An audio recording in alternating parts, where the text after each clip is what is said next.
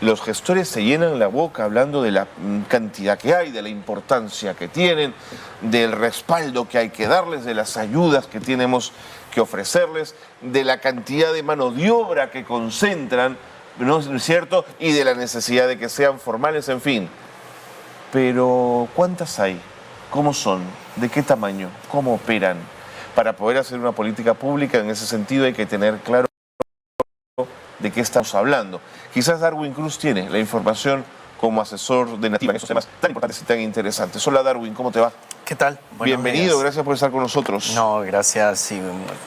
Igual como todas las semanas Un gusto. en este espacio. Innumerables veces hemos tenido a dirigentes gremiales del sector MIPE, Sí. confecciones, turismo, no importa cuál, y siempre el mismo reclamo, la desatención a la MIPE, Darwin. ¿Qué piensas de eso? Tú que estás muy metido en este mundo. Sí.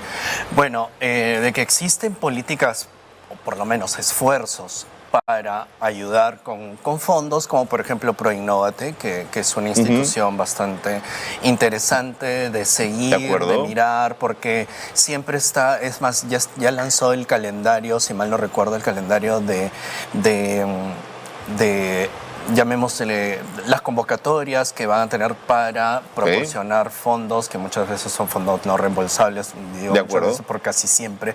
Bueno, el catálogo de compras Mi Perú es un esfuerzo también en ese sentido. Sí, es un esfuerzo y todo, pero es como que falta. Y una vez más, no se habla de otorgar subsidios, porque ya sabemos que la política de subsidios no funciona, ¿no? Sino de tener una mirada más de política pública, de crédito barato, accesible, de rápida entrega. De tener un sistema de que el Estado mismo se revolucione tecnológicamente. Así es. Hay esfuerzos, han habido esfuerzos desde la PCM, con toda esta secretaría que tenía que ver con lo digital. Maruska Chocobar estuvo trabajando ahí durante mucho tiempo. Con el tema de gobierno electrónico. Exacto, con el tema de gobierno electrónico, ¿no? Pero ¿en qué queda todo esto? ¿Por qué no termina de explotar de cuajar, entonces? Porque precisamente es eso, es que somos lamentablemente, y no de ahora, sino desde hace muchísimo tiempo, somos un país en donde no tenemos establecidas políticas públicas. No importa el ministro, la ministra, el director, el coordinador, el viceministro, no debe interesar el nombre de la persona a quien ostente ese cargo, sino que mantenga las políticas públicas, sino que lamentablemente es con que llega una nueva autoridad, hay nuevas elecciones, se elige un nuevo ministro y se deshace lo anterior. Y es como empezar desde cero nuevamente. ¿No? Y eso sucede en la mayoría de los casos, ¿no? Tenemos algunos cuadros y gráficos de Darwin para que nos puedas explicar un poquito. Exacto. Bueno, y esto es un esfuerzo que estos cuadros que vamos a presentar hoy han sido extraídos de un documento que ha sido publicado hace muy pocos días por el Ministerio de la Producción, que lo que hace es como una radiografía, una caracterización del sector MIPYME. Yo creo que para empezar debemos de tener bastante claro cuáles son las definiciones, ¿no? Una microempresa es aquella empresa o aquella unidad empresarial que tiene ventas entre 0 y 150 unidades impositivas tributarias o tiene entre 1 y 10 trabajadores al año, ¿no? La pequeña entre 150 y 1.700 unidades impositivas tributarias, UITU entre 1 y 100 trabajadores. Y la mediana entre 1.700 y 2.300 UIT o 51 de 250 trabajadores. Y de ahí va creciendo, ¿no? Es más, según este informe que ha publicado el Ministerio de la Producción, en el Perú existen 2.245.000 MIPYMES, o sea, entre micro, pequeñas y medianas empresas, y representan el 99.4% del tejido empresarial peruano. ¿Es impresionante? Sí, es impresionante. ¿no? Acá tenemos justamente el dato que nos das, ¿no? El número de empresas Así es, y la sí. participación, ¿no? Sí, ¿no? Y es más, en ese cuadro faltan las exportadoras. Según este informe también existe, hacia el 2022, existen 6.848 MIPYMES exportadoras, de las cuales 4.413 son microempresas. ¿Crees que la debilidad de ese número tiene que ver con la cantidad de pymes que entran y la rapidez con la que salen del mercado, Sí. Darwin? Sí, por la mortandad. En este momento no tengo el dato exacto de mortandad, pero estamos lamentablemente acostumbrados a que el índice de mortandad de pequeñas empresas, de empresas en el Perú, sea alto. ¿Y por qué, Darwin? Una vez más, faltan políticas públicas.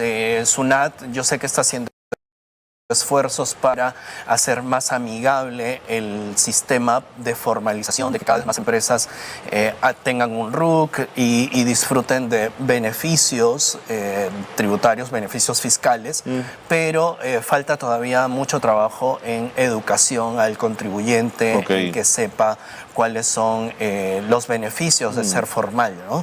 ¿Y qué dirías de el emprendimiento basado en el ánimo y en el entusiasmo, pero pocas veces en la capacitación y en la innovación, Darwin?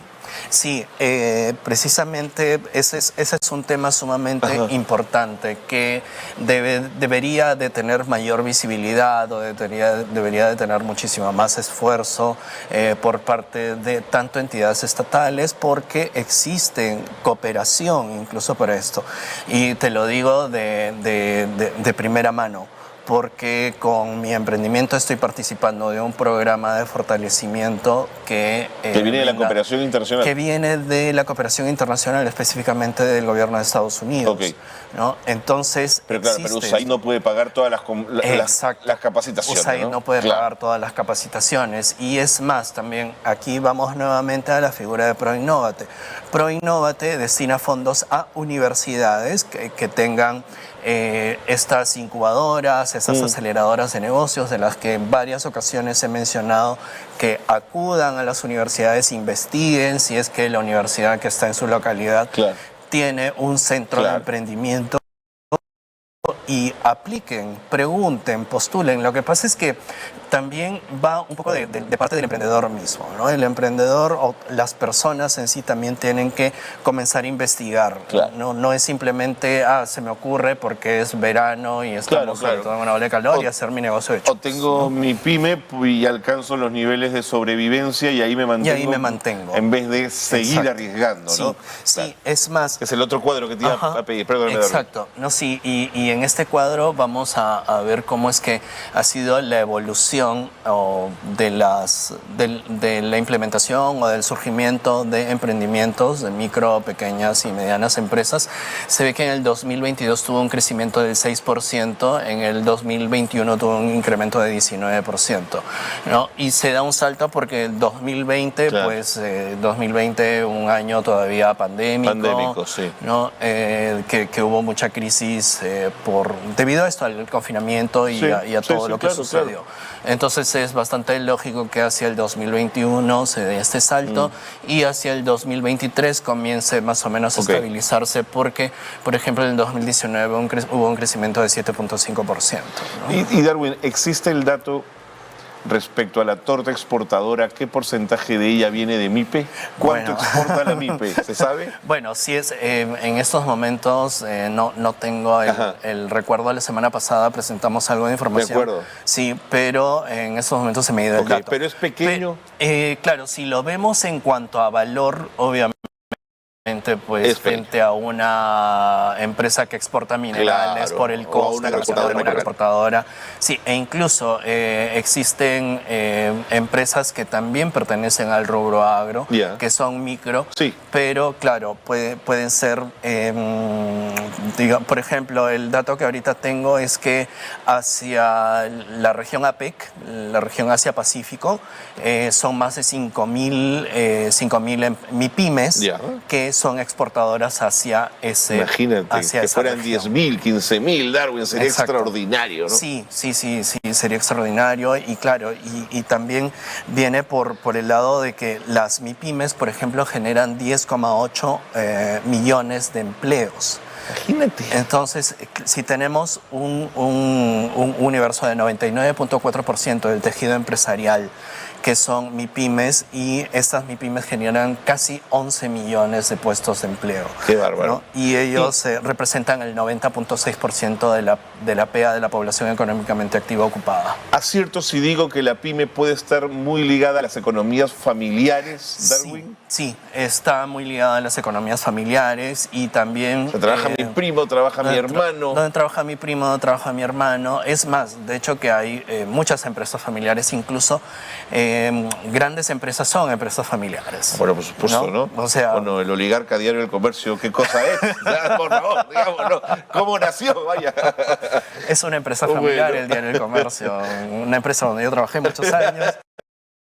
Además, ¿no? Además de la cual tengo un hermoso recuerdo. Buen trabajo, claro que sí. Sí. No, pero claro, o sea, estos emprendimientos vienen de en familia, o tal vez entre amigos que se juntan, ¿no? Presente. Entre amigos que se juntan para generar un emprendimiento, ¿no? Y claro, y es más, este tema del fortalecimiento de capacidades es sumamente básico porque las MIPYMES aportan con el 31,4% del valor del PBI, que podría ser mucho mayor si es que existiera esta capacitación. Y existen también otros temas como el tributario.